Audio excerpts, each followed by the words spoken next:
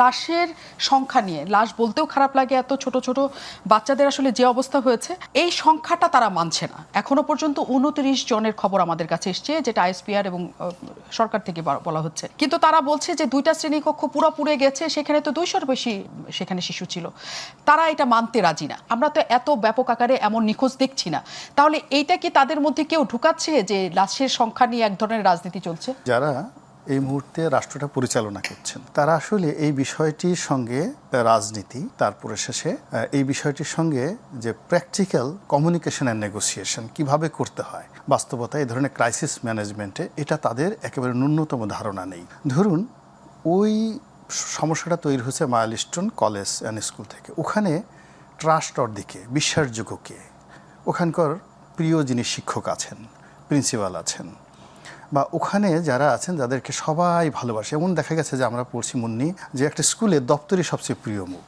এখন ক্রাইসিস সময় দেখা গেল সেই দপ্তরি এসে যদি একটা কথা বলেন তার কথা কিন্তু সবাই বিশ্বাস করবে। তো এখন ওখানে কথা বলার জন্য যে বিশ্বস্ত এবং প্রিয় মুখ দরকার, সেই প্রিয় মুখটির পরিবর্তে যে মুখটিকে দেখলে রাগ হয়ে যাবে, ক্রোধ হবে, ক্ষোভ আসবে, ঘৃণা আছে, সেই মুখগুলো ওখানে চলে যাচ্ছে। This is the first mistake. ফলে ওই তারা যদি একেবারে 100% সত্য কথাও বলে, এই পরিস্থিতির কারণে, অপ্রিয়তার কারণে সেখানে কনফিউশন তৈরি হয়ে গেছে এবং হয়ে যাবে। আর আগে যেটা বলছিলাম এই আলোচনার প্রথম অংশে, যে যেহেতু আগের থেকেই অনেকগুলো ক্ষোভ, বোঝার চেষ্টা করুন এখানে একটা জঙ্গি বিমান বা ফাইটার প্লেন, যেটা যুদ্ধ বিমান বিধ্বস্ত হয়েছে।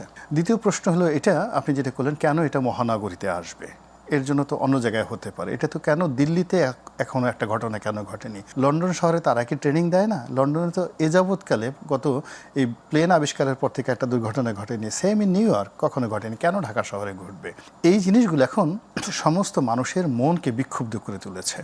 তার সঙ্গে সঙ্গে গত 11 মাসে ধরেন এই যে কথাগুলো আসছে, যে বিমানটি, এর সঙ্গে স্থানীয় রাজনীতি আছে, আন্তর্জাতিক রাজনীতি আছে। এই বিমানটি চীনের তৈরি এবং এটার যে ক্যারেক্টারিস্টিক সেটা হলো MiG-29, রাশিয়ার তৈরি যে MiG-29, এটার সেম ক্যারেক্টারিস্টিক্সের এই বিমানটি চীনের তৈরি।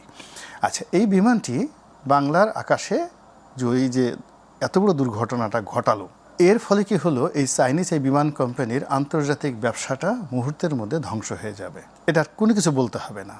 আর এটা কেন করা হবে, যদি আপনি ইন্টারন্যাশনাল লিঙ্কেজ খুঁজেন, যে ভারত এবং পাকিস্তানের যে যুদ্ধ হলো সেখানে চাইনিজ বিমানগুলো ইফেক্টিভিটি বা সেখানে তাদের যে পারঙ্গমতা দেখিয়েছে যার সঙ্গে কোনো তুলনা নাই। ফলে ওটাকে যদি আপনি লিঙ্কেজ করে এখানে কোনো আন্তর্জাতিক চক্রান্ত যারা খুঁজে বেড়ান তারা বিক্ষুব্ধ।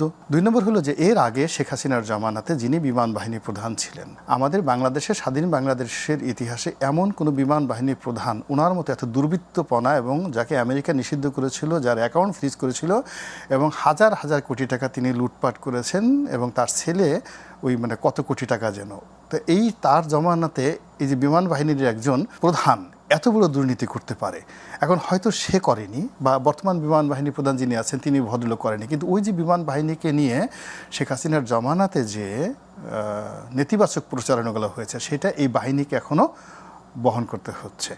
সেকেন্ড থিং হলো, এখন জেনারেল ওয়াকারকে দিয়ে চিন্তা করলে হবে না। যেখানে হলো প্রাইম মিনিস্টার্স ম্যান হিসেবে জেনারেল আজিজকে আপনি পোর্ট্রেট হিসেবে ধরেন, তো জেনারেল আজিজকে পোর্ট্রেট হিসেবে যদি আপনি ধরেন, এবং 2014 নির্বাচন, 18 নির্বাচন, 24 নির্বাচনে সেনাবাহিনীর ভূমিকা, তো রাতারাতি সেই ভূমিকাটা ওই 4-5 দিনের, গত বছর জুলাই মাসের 4-5 দিনের অ্যাক্টিভিটিসের কারণে মুছে যায়নি।